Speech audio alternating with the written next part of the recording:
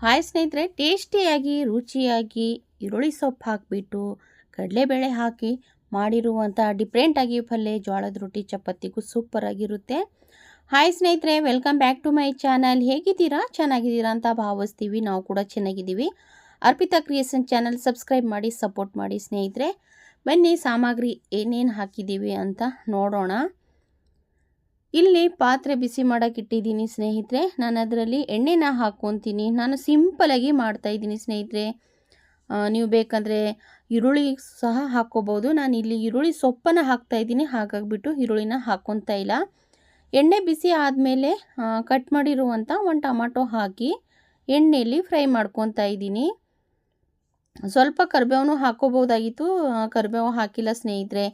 ಮತ್ತು ಜಜ್ಜಿರುವಂಥ ಒಂದು ಬೆಳ್ಳುಳ್ಳಿ ಮತ್ತು ಟೊಮಾಟೊ ಎಣ್ಣೆಯಲ್ಲಿ ಚೆನ್ನಾಗಿ ಈ ಥರ ಮಿಕ್ಸ್ ಮಾಡಿ ಫ್ರೈ ಮಾಡಿಬಿಟ್ಟು, ಆಮೇಲೆ ಕಟ್ ಮಾಡಿರುವಂಥ ಹಸಿ ಈರುಳ್ಳಿ ಸೊಪ್ಪು ಬರುತ್ತಲ್ಲ, ಆ ಸೊಪ್ಪನ್ನು ಎಣ್ಣೆಯಲ್ಲಿ ಹಾಕಿಬಿಟ್ಟು ನಾನು ಚಿಕ್ಕ ಚಿಕ್ಕದಾಗಿ ಕಟ್ ಮಾಡ್ಕೊಂಡಿದ್ದೀನಿ ಸ್ನೇಹಿತರೆ. ಆ ಸೊಪ್ಪನ್ನು ಹಾಕಿಬಿಟ್ಟು ಎಣ್ಣೆಯಲ್ಲಿ ಚೆನ್ನಾಗಿ ಮಿಕ್ಸನ್ನು ಮಾಡ್ಕೋಬೇಕಾಗುತ್ತೆ. ಸ್ವಲ್ಪ ಎಣ್ಣೆಯಲ್ಲಿ ಚೆನ್ನಾಗಿ ಫ್ರೈ ಮಾಡಿಕೊಂಡ್ರೆ ಸಾಫ್ಟಾಗಿ ಆಗುತ್ತೆ ಮತ್ತು ಟೇಸ್ಟು ಚೆನ್ನಾಗಿರುತ್ತೆ ಸ್ನೇಹಿತರೆ. ಒಂದ್ಸತಿ ನೀವು ಟ್ರೈ ಮಾಡಿ ಖಂಡಿತ. ಇದು ಉತ್ತರ ಕರ್ನಾಟಕ ಕಡೆ ಸೈಡ್ ಜಾಸ್ತಿ ಮಾಡ್ತಾರೆ ಸ್ನೇಹಿತರೆ. ಇದಕ್ಕೆ ನೀವು ಯಾವುದಾದ್ರೂ ಬೇಳೆ ಹಾಕ್ಕೋಬೋದು. ಸ್ವಲ್ಪ ಅರಿಶಿನ ಪೌಡ್ರನ್ನ ಹಾಕ್ಕೋತಾ ಇದ್ದೀನಿ. ರುಚಿಗೆ ತಕ್ಕಷ್ಟು ಉಪ್ಪನ್ನು ಹಾಕ್ಕೊತಾ ಇದ್ದೀನಿ. ನೀವು ತೊಗರಿಬೇಳೆ, ಹೆಸರುಬೇಳೆ, ಕಡಲೆಬೇಳೆ ಯಾವುದಾದ್ರಲ್ಲಾದರೂ ಮಾಡ್ಬೋದು. ಇದೇ ಬೇಳೆ ಬೇಕಂತೇನಿಲ್ಲ, ಎಲ್ಲ ಯಾವುದಾದ್ರೂ ಬೇಳೆ ಹಾಕಿದರೆ ಚೆನ್ನಾಗಿರುತ್ತೆ. ನಾನಿಲ್ಲಿ ಕಡಲೆಬೇಳೆ ನೆನೆಸಿದೆ, ನೈಟು ಫುಲ್ಲು ನೆನೆಸಿದೆ, ಬೆಳಿಗ್ಗೆ ಮಾಡ್ತಾ ಇರೋದು. ಕಡಲೆಬೇಳೆ ಹಾಕ್ಕೊತಾ ಇದ್ದೀನಿ. ಕಡಲೆಬೇಳೆ ಹಾಕಿಬಿಟ್ಟು ಫುಲ್ಲು ಚೆನ್ನಾಗಿ ಫ್ರೈನ ಮಾಡ್ಕೋಬೇಕು. ಉಪ್ಪು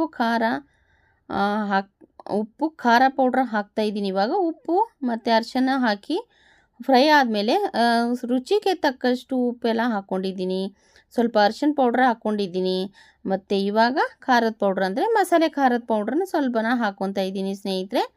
ಮಸಾಲೆ ಖಾರದ ಪೌಡ್ರ್ ಹಾಕಿಬಿಟ್ಟು ಚೆನ್ನಾಗಿ ಈ ಥರ ಮಿಕ್ಸ್ ಮಾಡ್ಕೋಬೇಕಾಗುತ್ತೆ. ನೋಡ್ತಾ ಇರ್ಬೋದು, ಇದು ಉಪ್ಪು ಖಾರ ಬೇಯಬೇಕಲ್ವ, ಅದಕ್ಕೋಸ್ಕರ ನಾವು ಸ್ವಲ್ಪ ಲೈಟಾಗಿ ನೀರನ್ನು ಹಾಕ್ಕೋಬೇಕಾಗುತ್ತೆ. ಜಾಸ್ತಿ ಏನು ಬೇಡ ಸ್ನೇಹಿತರೆ, ಒಂದು ಸ್ವಲ್ಪ ಹಾಕ್ಕೊಂಡ್ರೆ ಸಾಕು. ನೋಡಿ, ಇಷ್ಟು ನೀರನ್ನು ಹಾಕ್ಕೊಂಡಿದ್ದೀನಿ ನಾನು. ಚೆನ್ನಾಗಿ ಮತ್ತೆ ನೀರು ಹಾಕಿಬಿಟ್ಟು ಮಿಕ್ಸನ್ನು ಮಾಡ್ಕೊತಾ ಇದ್ದೀನಿ. ಈ ಥರ ಮಿಕ್ಸ್ ಮಾಡಿಬಿಟ್ಟು ಚೆನ್ನಾಗಿ ನೋಡಿ ಡ್ರೈ ಆಗುವವರೆಗೂ ಬಿಡಬೇಕು ಸ್ನೇಹಿತರೆ. ಫುಲ್ಲು ಚೆನ್ನಾಗಿ ಡ್ರೈ ಆದರೆ ಸೊಪ್ಪು ಪಲ್ಯ ಮತ್ತು ಕಡಲೆಕಾಳು ಪಲ್ಯ ಸೂಪರಾಗಿರುತ್ತೆ. ನೋಡಿ ಸ್ನೇಹಿತರೆ, ಪಲ್ಯದ್ದು ಈ ಥರ ರೆಡಿಯಾಗಿದೆ. ನಿಮಗೆ ಹೇಗೆ ಅನ್ನಿಸ್ತು ಈ ಪಲ್ಯ ರೆಸಿಪಿ ಅಂತ ಕಮೆಂಟ್ ಮೂಲಕ ತಿಳಿಸಿ ಸ್ನೇಹಿತರೆ. ತುಂಬ ಚೆನ್ನಾಗಿದೆ ಈ ಸೊಪ್ಪು. ಜೋಳದ ರೊಟ್ಟಿ ಚಪಾತಿಗೂ ಸೂಪರ್ ಇರುತ್ತೆ ಸ್ನೇಹಿತರೆ. ನೋಡಿ, ತುಂಬ ಚೆನ್ನಾಗಿರುತ್ತೆ. ನನ್ನ ವಿಡಿಯೋ ಇಷ್ಟ ಆಗಿದರೆ ದಯವಿಟ್ಟು ಸಬ್ಸ್ಕ್ರೈಬ್ ಮಾಡಿ, ಲೈಕ್ ಮಾಡಿ, ಶೇರ್ ಮಾಡಿ ಅಂತ ಕೇಳ್ಕೊತಾ ಇದ್ದೀನಿ. ನೆಕ್ಸ್ಟ್ ವಿಡಿಯೋದಲ್ಲಿ ಸಿಗೋಣ ಸ್ನೇಹಿತರೆ. ಆಲ್ ಸ್ನೇಹಿತರಿಗೆ ತುಂಬ ಹೃದಯದ ಧನ್ಯವಾದಗಳು.